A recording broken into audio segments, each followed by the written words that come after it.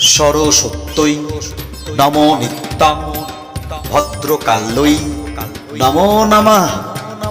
বেদ বেদাঙ্গ বেদান্ত বিদ্যাস্থানেভ্যো এবচ সরস্বতী মহাভাগে বিদ্যে কমললোচনে বিশ্বরূপে বিশালাক্ষী বিদ্যাং দেহি নমস্তুতে। সরস্বতী পুজো সকলের জন্য, বিশেষ করে ছাত্রছাত্রী, শিক্ষক শিক্ষিকা, বলতে গেলে সকল বাঙালির জন্যই একটি আলাদা অনুভূতি, আলাদা উৎসব। আমাদের বাংলার একটি উৎসবের অঙ্গ সরস্বতী পুজো। এই মাঘ মাসস্য শুক্ল পঞ্চমাং তিথৌ এই যে পুজোর আয়োজন হয় স্কুলগুলিতে, কলেজগুলিতে, বিভিন্ন শিক্ষা প্রতিষ্ঠানে, তার পাশাপাশি প্রায় প্রতিটি বাড়িতে, যেই বাড়িতে শিক্ষার্থীরা রয়েছে সেই বাড়িতে পুজোর আয়োজন একটা আলাদা উৎসবের আঙ্গিক। জলপাইগুড়িতে দিনবাজারে এই সরস্বতী প্রতিমার বিরাট সম্ভার বসেছে। গতকাল থেকেই এই বিভিন্ন জায়গা থেকে এখানে প্রতিমা এসেছে। আজও প্রতিমার বিরাট সম্ভার।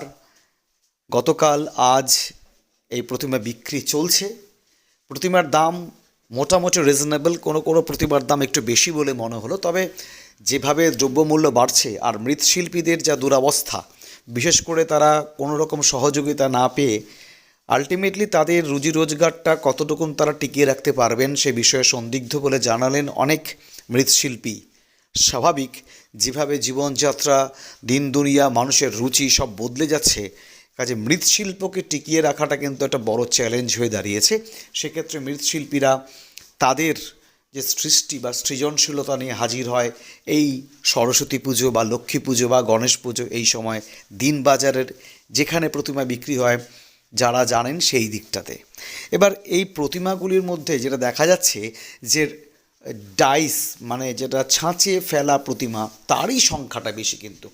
ফলে হাতে তৈরি করা বা কাঠামো দিয়ে, সেই খড় দিয়ে বেঁধে যেভাবে প্রকৃত মৃৎশিল্পীরা তৈরি করেন নিজেদের হাতের নৈপুণ্য বা দক্ষতায়, সেই প্রতিমার সংখ্যা কিন্তু তুলনামূলক অনেক কম এবং চাহিদাও কম।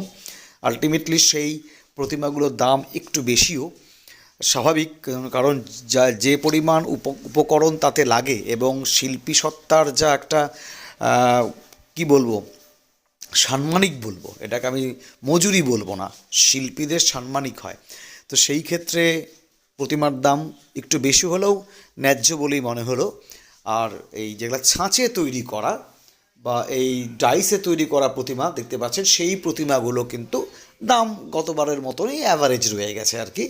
এগুলো তো ছাঁচে ফেলে তারা তৈরি করছেন, এগুলোর মধ্যেও অতটা শিল্পী সত্তা ততটা নেই যতটা রয়েছে ওই কাঠামো দিয়ে তৈরি করা বা হাতে তৈরি করা, ওই কামকাঠি দিয়ে তৈরি করা যে প্রতিমাগুলো। জলপাইগুড়ির দিনবাজারে যথেষ্ট ভিড়। গতকাল থেকে এই ভিড় শুরু হয়েছে।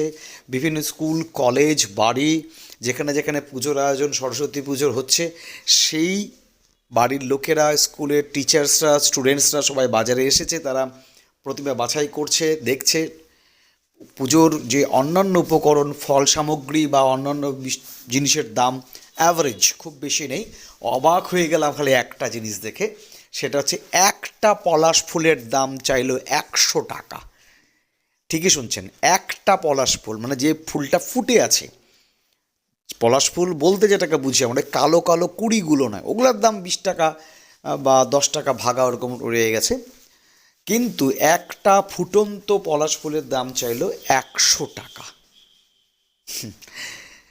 যদিও এটা পলাশের সিজন এখনও আসেনি, তাই জলপাইগুড়িতে দিনবাজারে সরস্বতী পুজোর কিন্তু ধুম লেগেছে।